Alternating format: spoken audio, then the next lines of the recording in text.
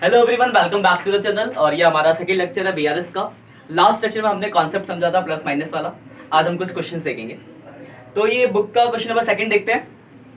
देखो, लैंग्वेज बहुत इंपॉर्टेंट है यहाँ, तो यहाँ हमें लैंग्वेज ही समझना है। बाकी प्लस माइनस आपको मैंने पिछली क्लास में बताई देगी कैसे क्या प्लस होगा क्या माइनस होगा। तो क्वेश्चन नंबर सेकंड देखते हैं। तो देखो, लैंग्वेज को समझना, सबसे पहले तो आपको balance as per cash book दिया होगा। तो जो बच्चे क्या कहते हैं देख लेना, बुक है ये टीएस अग्रवाल 2022 एडिशन है। देखो क्वेश्चन सेकंड, देखो क्या लिखा है। लिखा Ramesh has his account with Punjab national bank Delhi. मतलब जो रमेश का बैंक है वो पंजाब नेशनल बैंक में है। According to his cash book his bank balance is 72,950। आपको कैश बुक का बैलेंस दिया है। तो जैसे मैंने आपको बताया था कि सबसे पहला आपको बैलेंस दिया होगा तो आपको लिख देना है balance as per cash book. कितना दे रखा है बैलेंस? 72,950। कोई दिक्कत इसमें किसी को? क्वेश्चन देखो, लैंग्वेज बाद में लिखना है तो समझ लो। अगला पॉइंट देखो क्या लिखा है। देखो ध्यान से लिखा है he sent cheque 90,075 to his bank for collection but cheque amount 43,769 but not collected that date. तो यहाँ पे दो बढ़ा है। लिखा कि हमने 90,000 समथिंग का चेक बैंक पे जमा किया जिसमें से 43 का कलेक्ट नहीं हुआ। तो क्या आपको 90 से कोई मतलब है? हम सिर्फ कितने की एंट्री करेंगे? 43।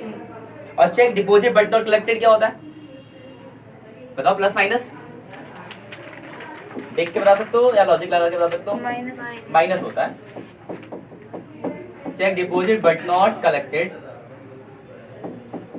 माइनस होगा और अमाउंट कितना आएगा? 43,769।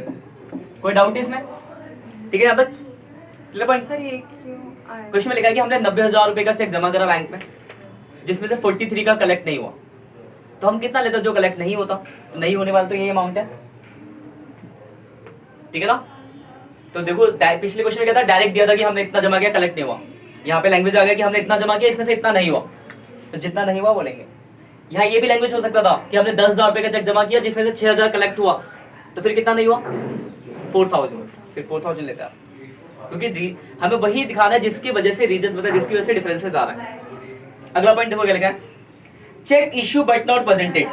देखा ना, out of the cheque issue by him payment not presented. तो cheque issue but not presented क्या होता है? Plus amounted 29,344। Cheque issue but not presented.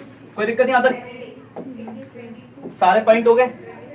अब आपको टोटल करना है और माइनस कर देना, आपका आंसर मिल जाएगा 72,950 प्लस 29,344 102,294 102,294 माइनस 43,769। तो बैलेंस आ गया 58,525। ये आ गया आपका बैलेंस एज पर पासबुक। कोई दिक्कत? ठीक है पॉइंट।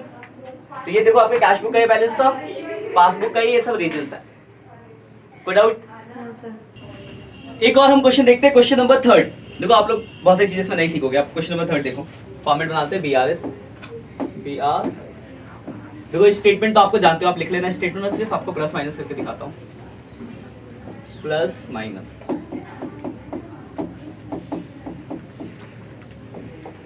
थोड़ा सा छोटा हो जाएगा।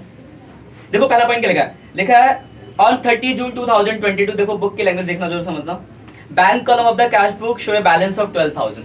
बैलेंस दिया हुआ है तो लिख देंगे balance as per cash book. कितना दिया बैलेंस? 12,000। कोई डाउट है इसमें किसी को? फर्स्ट पॉइंट मिला।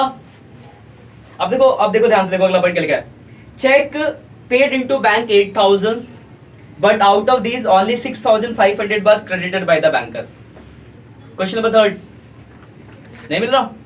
हाँ मिल गया। पुरानी बुक में दूसरा नंबर होगा, मिल गया ना? तो लिखा है cheque paid into bank 8,000 but after these only 6,500 was credited।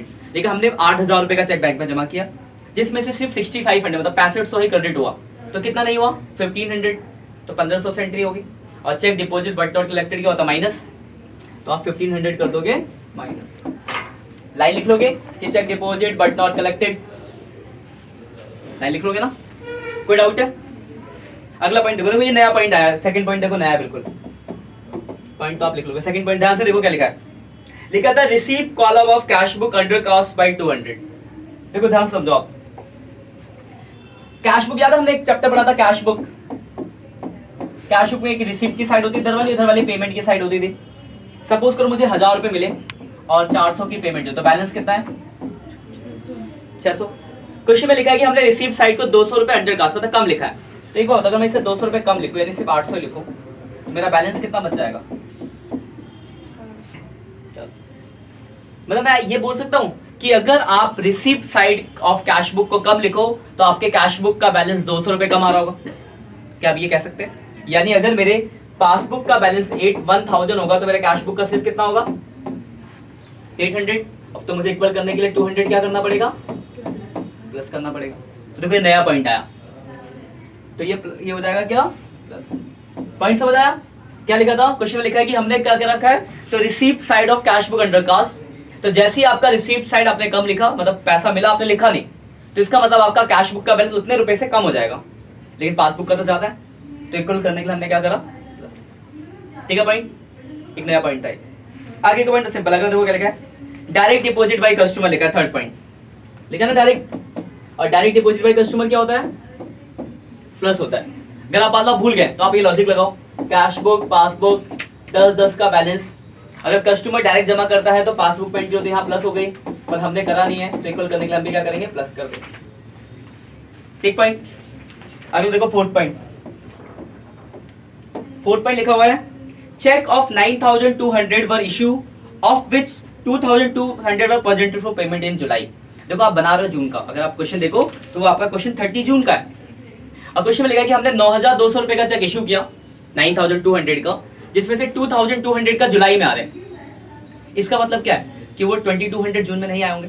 जैसे अगर मैं बोलूँ कि आप 5 बच्चे बैठे, इसमें से एक बच्चे की फीस अक्टूबर की फीस नवंबर में आई, इसका मतलब क्या है कि उस एक बच्चे की फीस अक्टूबर में नहीं आई होगी। सेम लाइन यहाँ भी है कि हमने 9200 का चेक जमा किया, जिसमें से 2200 नेक्स्ट मंथ आ रहे, तो नेक्स्ट मंथ आने का मतलब कि वो इस मंथ में नहीं आए होंगे, तो 2200 से एंट्री होगी। बात क्लियर है? और cheque issue but not presented क्या होता है? तो आपको याद है तो अच्छी बात है प्लस, अगर आपको याद नहीं तो आप लॉजिक लगाओ कि चेक इश्यू किया तो यहां से माइनस कर दिया, पर आए नहीं तो वापस प्लस कर देंगे। ठीक है, अगला पॉइंट हो गया क्या? Passbook show interest. तो बैंक इंटरेस्ट क्या होता है? बैंक इंटरेस्ट होता है प्लस, और बैंक चार्जेस क्या होता है माइनस। बस सारे पॉइंट खत्म। अब आपको करना है टोटल और निकाल देना है बैलेंस। तो इसमें देखो एक दो पॉइंट अच्छे थे, तो देखो टोटल करते हैं 12,000 प्लस 200 प्लस 3,000 प्लस 2200 प्लस 330, यानी 17,730 माइनस कर देंगे 1560, तो बैलेंस आ गया 16170। तो ये बैलेंस निकल गया, तो ये आ गया आपका बैलेंस एज पर पासबुक। बात क्लियर है? तो देखो कैश हमारे हिसाब से बैलेंस हमारे अकाउंट में 12,000 रुपए 12,000, लेकिन बैंक के हिसाब से 16,000, और ये वो सारे रीजन है जिसकी वजह से कैश बुक और पासबुक के बैलेंसेस में डिफरेंस आ रहा है। तो अगर आप इस क्वेश्चन में देखो तो वो जो सेकंड पॉइंट एक नया था, वो रिसीव साइड अंडर कास्ट वाला, वो लॉजिक क्लियर ना उसके पीछे का, कि रिसीव साइड कम था तो मेरे कैश बुक का बैलेंस कम हो गया, पर पासबुक का ज्यादा है तो प्लस कर दिया। यहाँ पे सारी स्टेटमेंट लिख लेना आपको, तो दिक्कत है? तो बस आज के लिए इतना ही, मिलते हैं नेक्स्ट लेक्चर में।